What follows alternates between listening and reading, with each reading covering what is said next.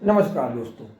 तो आज हम बात करेंगे आर्टिकल 370 क्या है और कैसे लगाया गया, इसके कानून क्या हैं और कैसे लगा आर्टिकल 370। सन 1947 जब भारत आज़ादी की दहलीज पे था, लेकिन हिंदू मुस्लिम के बंटवारे की आग अभी भी चारों तरफ लगी हुई थी। देश की 565 रियासतों में से लगभग सभी ने या तो हिंदुस्तान या नए मुल्क पाकिस्तान को चुना, जुड़ने का फैसला किया, लेकिन कुछ का भविष्य अभी भी तय नहीं हुआ। जैसे जम्मू कश्मीर, यहाँ की जनता तो मुस्लिम थी लेकिन शासक हिंदू। तब के राजा हरि सिंह ने न भारत से जुड़ने का फैसला किया, ना ही नए मुल्क पाकिस्तान।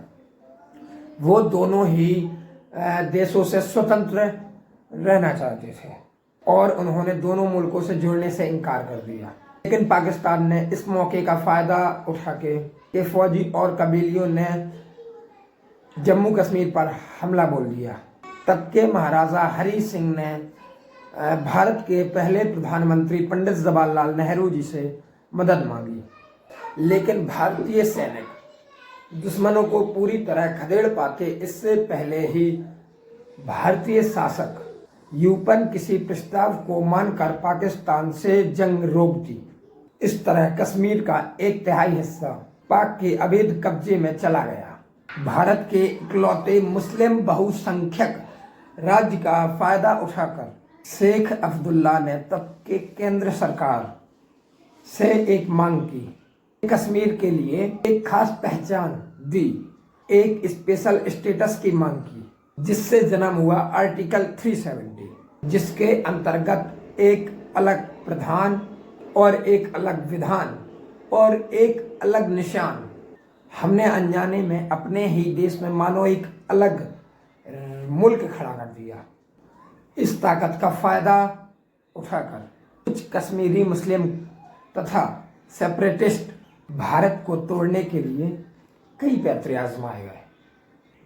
जंग जिहाद, यहाँ तक कि कश्मीरी पंडितों का खुलेआम कत्लेआम करना।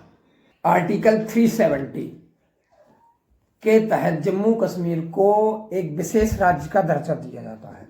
आर्टिकल 370 से ही जुड़ा हुआ है 35A, अनुच्छेद 35A।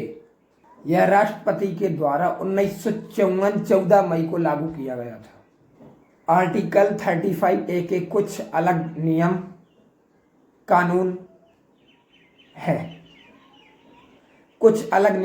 है, जैसे इसके तहत जम्मू कश्मीर में भारत का किसी भी राज्य का नागरिक जम्मू कश्मीर में संपत्ति नहीं खरीद सकता। जम्मू और कश्मीर का वही व्यक्ति नागरिक माना जाता है जो सन 1954 14 मई से पहले या उसके 10 साल पहले से वहाँ उसकी कोई प्रॉपर्टी हो या कोई मूल निवास हो, उसी को नागरिकता दी जा सकती है, या उसके 10 वर्ष पहले से वहाँ रह रहा हो।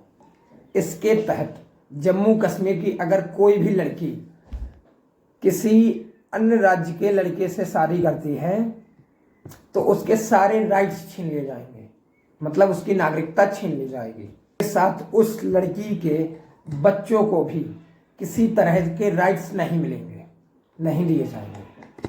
और जिसके पास नागरिकता नहीं है वह सरकारी नौकरी भी नहीं कर सकता, कोई गवर्नमेंट जॉब नहीं कर सकता। आज़ादी के बाद पंजाब से 200 परिवार हैं जो जम्मू कश्मीर में आए हैं या जम्मू कश्मीर में रहते हैं, ना इन्हें नागरिकता दी गई है अभी तक, और ना ही इन्हें वोट डालने का अधिकार है।